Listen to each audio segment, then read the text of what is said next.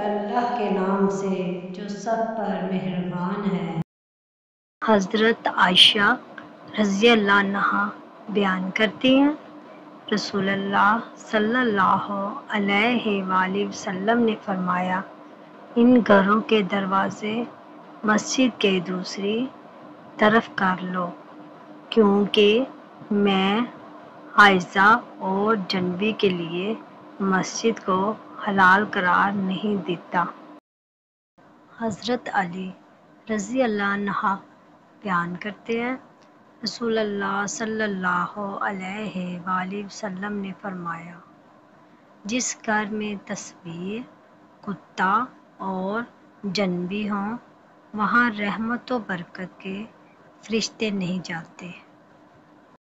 حضرت عمار بن یاسر رضی اللہ عنہ بیان کرتے ہیں، رسول اللہ صلی اللہ علیہ وآلہ وسلم نے فرمایا، 3 قسم کے لوگ ہیں کہ رحمت و برکت کے فرشتے ان کے قریب بھی نہیں جاتے: کافر کی لاش خلوق یعنی زعفران کی خوشبو سے لتھڑے ہوئے شخص، اور جنبی الا یہ کہ وہ وضو کر لے۔